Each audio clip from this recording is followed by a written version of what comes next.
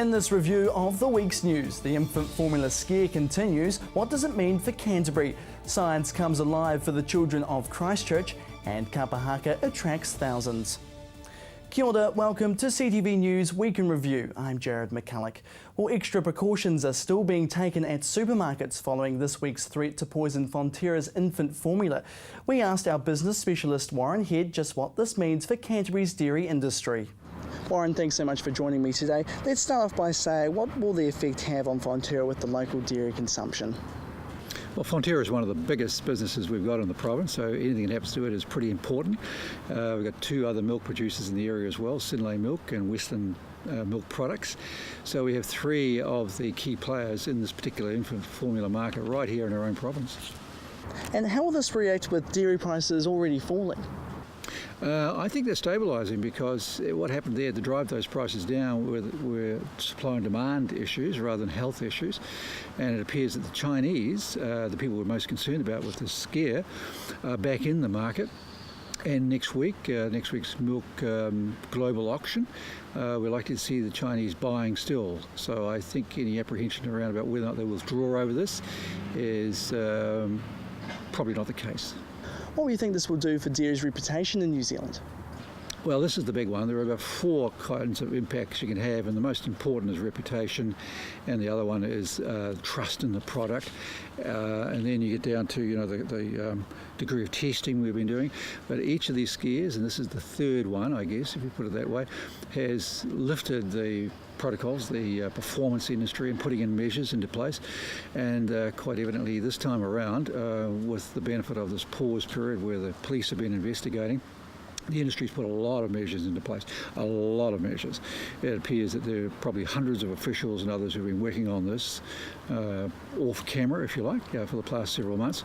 And evidently, the protocols coming into place are really much more tough. In town, or Rolleston, Synlait, for example, has tightened again their security on the plant there. They're now under 24/7 surveillance with security systems.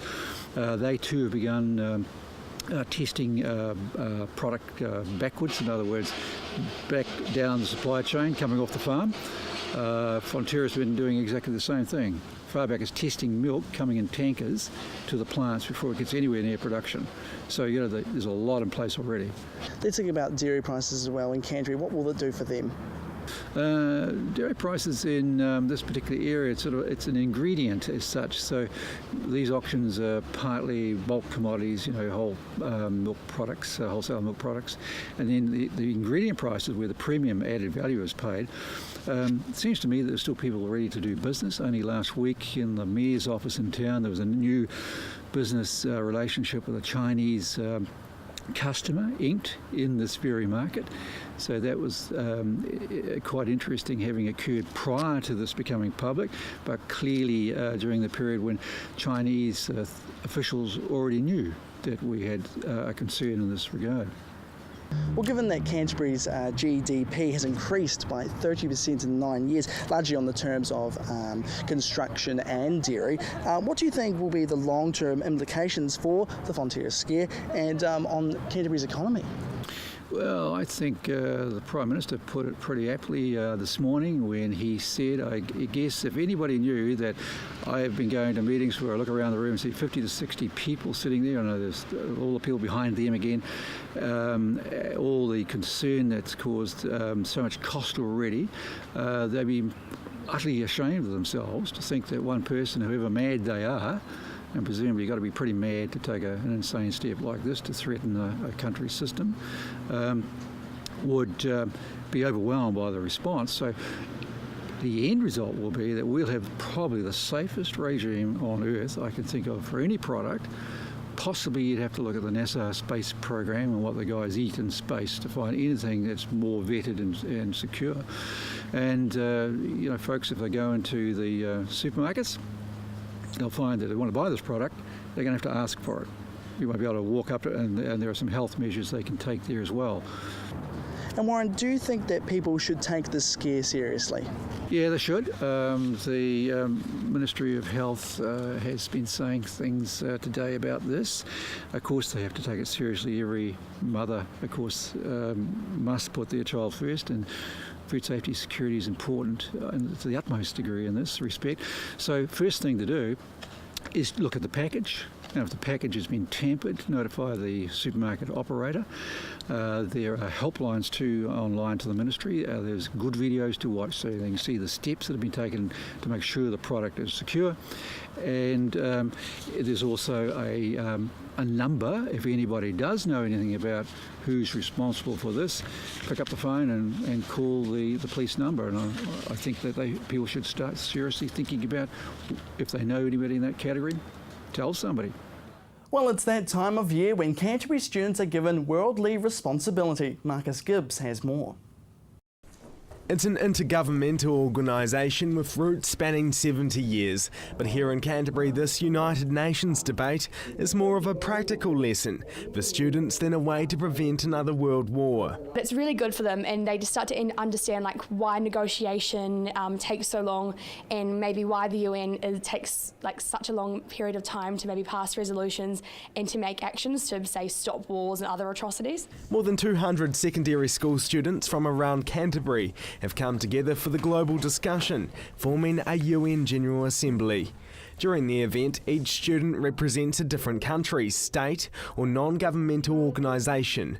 Of course, there are the big players, China, the United States and even New Zealand, but there are also smaller countries like Africa's Benin. A lot of these delegates here, they don't really have necessarily an idea of what's going on outside New Zealand, and for them, basically broadens their horizons. They get to understand what else is going on in the world. Despite some of the students only recently learning their selected country existed, the debates have been strong. It's just representing a different perspective that is very different to their own. So we have a delegate representing North Korea at the moment, so obviously that's a very different perspective to represent. The students are doing great. They're managing to represent their country's best interests without bringing the world to war. Success! So it's giving you the opportunity to learn how to form your own opinions and what we can also do about these opinions and implement them in the future. I felt like I've taken it in my stride and really tried to look at it from Russia's perspective, which I guess can sometimes be difficult being a Kiwi born and raised. As the world becomes more and more automated with new technology, one topic that was fiercely debated revolved around keeping jobs from being lost. One of the questions that we were discussing today was whether to implement rules that restrict family sizes, so that was obviously a very interesting debate from the perspective of China. It's been a great learning experience for all of these students. Before I ever attended these events, I wouldn't have had a clue what sanctions were or why they were used in foreign affairs, but basically they just start to understand more and more about basically how foreign affairs works. This popular event is in its 13th year and will repeat in Wellington in July, with schools across the country debating. A truly diverse discussion is sure to break out. Let's just hope Caitlin's students avoid any international incidents. Marcus Gibbs, CTV News. Still to come on CTV News Week in Review, a measles scare is contained and science comes alive.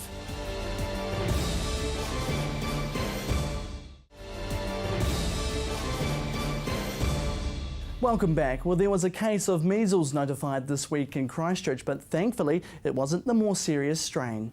We've had no more cases. That's good news from Dr. Daniel Williams from the Canterbury District Health Board. Last week, health officials were notified of a 4-year-old child affected by the disease and diagnosed late into the illness. The case has been classified as being mild, and children would usually get their jabs at 15 months and 4 years, but Dr. Williams says the child wasn't old enough to receive the second vaccination. So this child had the vaccines that they should have had. The Ministry of Health says 283 cases of the measles were detected in New Zealand over a 1-year period from December 2013, but none of those cases were in Canterbury. There's a higher chance of picking up the infectious diseases if you travel overseas to parts of the Philippines, China and India. But Williams says they are unsure of how the child has caught the measles and are continuing to find out. In this case, that's not obvious, so we're going back and just talking to the parents of children who've been unwell, checking whether they have an illness that might be compatible with measles, and if there's a suspicion for a particular child, we'll ask for blood testing for that child. The child attended 2 preschools, one of them being a St Albans kindergarten, and their managing director says they've been working closely with the CDHB. We are responsible in situations like this for being able to supply information efficiently to the health department, and I'm glad to say that our student management system stood up to that, and we were able to very quickly supply information to these people here. Canterbury District Health Board do an amazing job in acting very quickly to keep New Zealand children safe using the systems they have in place. And she says parents have been pleased with the response from the preschool. We've been able to move very quickly to reassure parents who naturally get concerned, and this has been effective. Dr. Williams believes with the parents being notified quickly about the outbreak, they've been able to act fast to see if the disease has spread. We've advised both parents and doctors that we've had a case of measles. We have had 2 more suspected cases that were notified to us, but both of the test results that came back on those cases were negative. And there have been no other confirmed cases of measles. Symptoms of the measles include a fever, runny nose, cough, red eyes and sore throat, followed by a rash spreading throughout the body and is contagious through coughing and sneezing. The 4-year-old has recovered well and is able to be back in preschool. Jared McCulloch, CTV News. Well, it's been a busy week for the Science Alive Festival, with the popular event being held for preschoolers. Big smiles, laughter and more than 40 colourful exhibits. It's all hands on here for these youngsters, exploring the activities set up by a keen team here in Christchurch. Many people queued up to experience day 4 of what Science Alive had to offer, designed to expand the minds of kids through science. The organisation's temporary home is at the Table Tennis Stadium, and the Community Programs Manager says it's about families coming together. We set up exhibits, we have some shows and things going on, and it's all aimed at under 5s, though it works quite well for kids all the way up to about age 8, and adults like it too. This particular festival has been running for 5 years and is just one of many programs the group have put on for the people of Christchurch. And Karen says opening up science to children at a young age is important. New Zealand's one of the leaders in science and innovation, but if we want to keep that going, we need to be starting our children and our students on science very young, because if we can get them excited about science when they're very small, show them that science is it's not scary as many people think. It's exciting and it's all about finding out new things and it's about wonder and discovery, then we're already halfway there. However, it's a chance for children to discover science on a large scale, building towers in the construction zone or many checking out these funky animals. We've got a few animals to look after here today. Yeah, half the farmyard. And the pink pony kind of draws everyone over as well. Something different. Angie says it's great for the young ones to improve their learning. This is all about building confidence between children and animals, so that's why we like to kind of get the children interacting with them. Everything here they can touch. There's nothing that is out of bounds. It's all about exploring and learning through play, which is what you need with toddlers. However, Karen says it's been a challenge in Canterbury. There isn't a lot of activities for toddlers and preschoolers in Christchurch, and of course with the loss of our science centre there's no longer very many science activities at all, so it's a very important festival for us. The festival has moved a few times over the years, being held in the old Science Alive building on Morehouse Ave until the 2011 earthquakes, where the show moved to the Horticulture Centre in Hagley Park. But 4 years on, they're here and have still been working very hard throughout this time. We have had to change everything because we have to load it into vans and take it with us now. So a festival like this gives us the opportunity of getting the bigger exhibits, the ones that run off a lot more power, of getting them out and showing people those. Everything else we do has to be portable, which means we need transport. It is limited to the number of vans and the number of staff we have. It's been a busy day for the grown-ups too, with parents giving the festival a big thumbs up. It's fabulous. They love getting involved and just interacting and exploring things. So yeah, it's fantastic. I think it's fantastic. I think that there needs to be more things like this because what the kids get out of it is amazing. Oh, it's fantastic. The kids are loving it and they're just able to bomb around by themselves pretty much. And the activities aren't just for kids. Karen has her personal favourites too. I like quite a few of them. I think the construction zone's really, really cool. You see a lot of the kids in there building things, but my absolute favourite is the blower, which is right down the end. If you stand on the other side of it, you'll see the children and they get the scarf and they sort of put it into the blower and they're not quite sure what's going to happen. And then they watch it as it takes off and their whole face just sort of goes... The event will finish up on Thursday, but Science Alive hopes to see a new permanent home in the central city in the next few years. Jared McCulloch, CTV News. Well, it might be taking centre stage this week at the United Nations, but just how many people know about this week's International Women's Day back here in New Zealand? Marcus Gibbs has the details. International Women's Day is celebrated on the 8th of March every year. This global day connects women around the world and aims to inspire them to achieve their full potential. It celebrates the collective power of women, past, present and future. But in Christchurch, how relevant is this day? Well, for starters, some of the people I spoke to didn't even realise the significance of yesterday. Relevance? What do you mean by that? Overseas, especially in Middle Eastern countries, women are lacking the rights that men enjoy. Saudi Arabia and the Vatican City are the only two countries in the world where women can't vote. In New Zealand, women have been enjoying this privilege for more than 120 years. We were the first country to allow women to vote in 1893. Saudi Arabia also forbids women from driving, swimming or to go anywhere without a male chaperone. Harsh conditions, right? Here in New Zealand we've got it good. Or perhaps not. Obviously it's not as bad as other countries, but I think there's still a long way up. We can move things forward a lot. Many New Zealanders believe it's an important day. So obviously there's still like the whole inequality thing going on. So I think it's important like for women to know that there's a day for them to celebrate like being a woman. I do love my husband, but he does have the wrong opinion sometimes. You put him in his place? I do put him in his place. I think it's still good to celebrate women's rights and everything. New Zealand was one of the first countries to accept that. So it's pretty cool that they still do it in 2015. So what are some of the suggestions as to what still needs changing? Pay equality, I think, would be a good start.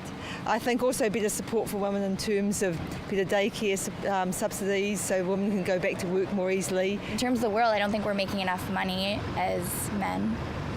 Like some people say men get paid more, but a lot of men do a lot of harder jobs sometimes as well. Ariel is studying mechatronics engineering and is one of only 3 girls in her class of 38. She says the gender gap is still in place. It's always surprising to see how surprised someone is when they hear that you're a girl and you're doing engineering. They're like, oh, isn't that like a guy's field? And you're like, what? No, it's not. So there you have it. International Women's Day is still relevant in New Zealand.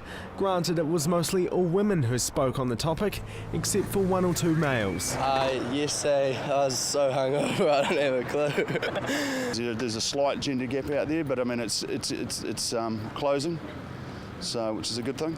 As they have a special day, he's suggesting women have the upper hand. Yeah, I guess it's not really equality. If we do have to have a day to recognise it, then, we should have a Men's Day as well.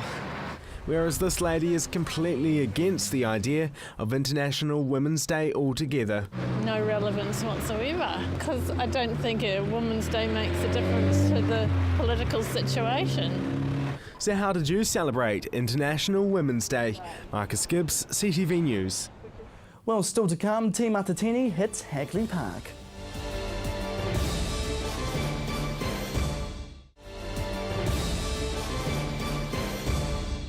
Welcome back. The largest cultural event on the Māori calendar was held in Christchurch last week. Marcus Gibbs took a look at Team Matatini.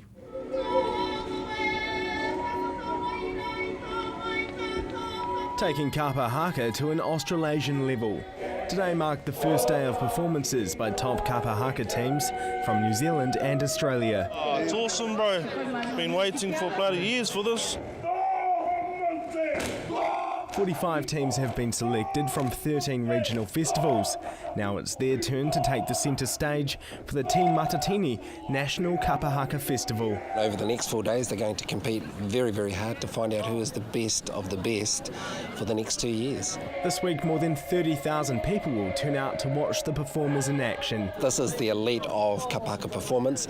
You can't get any better than this. Supporters were out in droves today to cheer on their whānau. Oh, bro, it's like the Olympics for Māori, bro. It's my first Matatini, and we heard it was in Otautahi, so we thought, right, let's get on our walker and come down here. So where have you come from? Oh, just from Glen. It's really awesome. It's a good turnout today and a beautiful day. This is massive, being amongst all our own, bro, and the support from everyone else, bro. This is massive. Amongst the crowd, a few performers in training. The teams have been practicing for the last 8 months, all for this moment.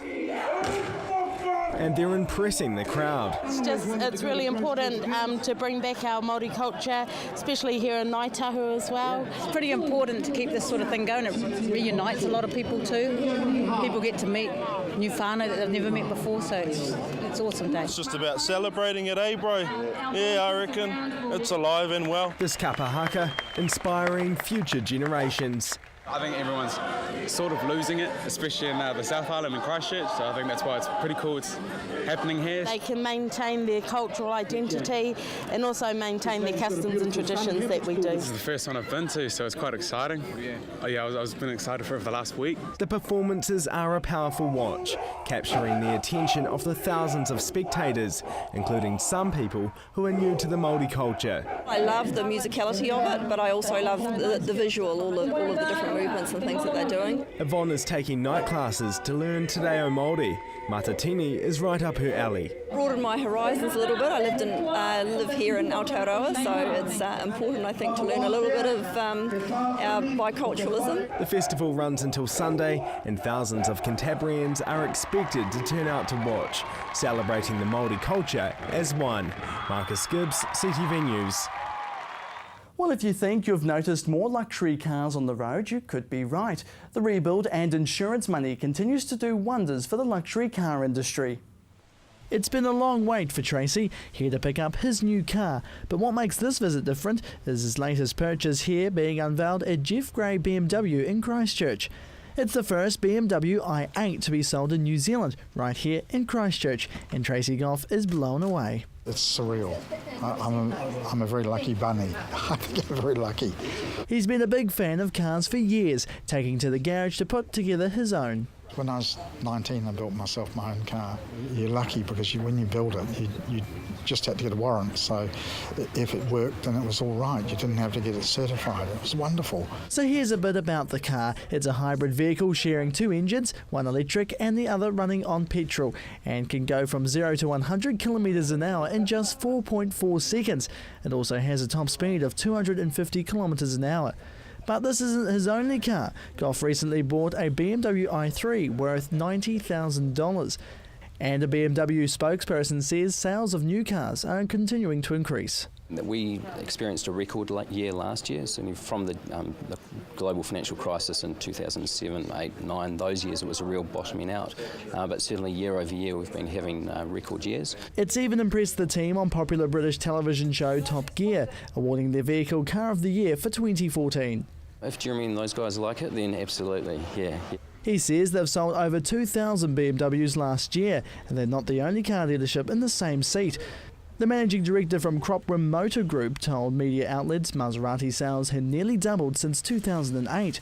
But Finn believes buying high-end vehicles comes down to what the consumer wants. I think with these sorts of vehicles, people appreciate them more.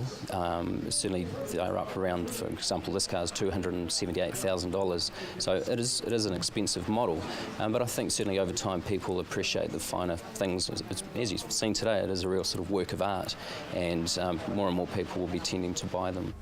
But the chief executive of the Christchurch Chamber of Commerce says the increase in car sales comes down to the massive scale of the Christchurch rebuild. We're in the middle of, or at the front end of, New Zealand's biggest ever economic development program. $45 billion worth of rebuild, population of about 300,000 people impacted by that rebuild, $100 million a week being spent in the city on rebuilding our city, over and above all the other expenditure that's going on. And of course that $100 million is going into wages, it's going into materials, it's going into margins for businesses. So there's a lot more cash sloshing around in our economy than there ever has been. And he says it gives those people opportunities to create new assets. That means that people have more spending power, people like buying cars, they're going out and buying them. Simple as that.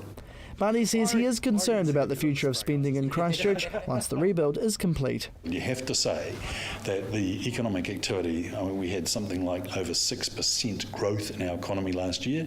To me, that says probably 6% more cars. So you need to factor that in the context of the long-term rebuild of the city. What is the long-term impact of tipping $45 billion into a very small population? What does that lock in forever? What does that mean to spending patterns? What does that mean to the assets that people want to purchase? And I think we're starting to see something play out here in the motor vehicle industry. In the meantime, Tracy can't wait to take his new car for a spin, or maybe... gently home, I think, probably. Yes. Jared McCulloch, CTV News. And that is CTV News Week in Review. I'm Jared McCulloch. Have a great weekend.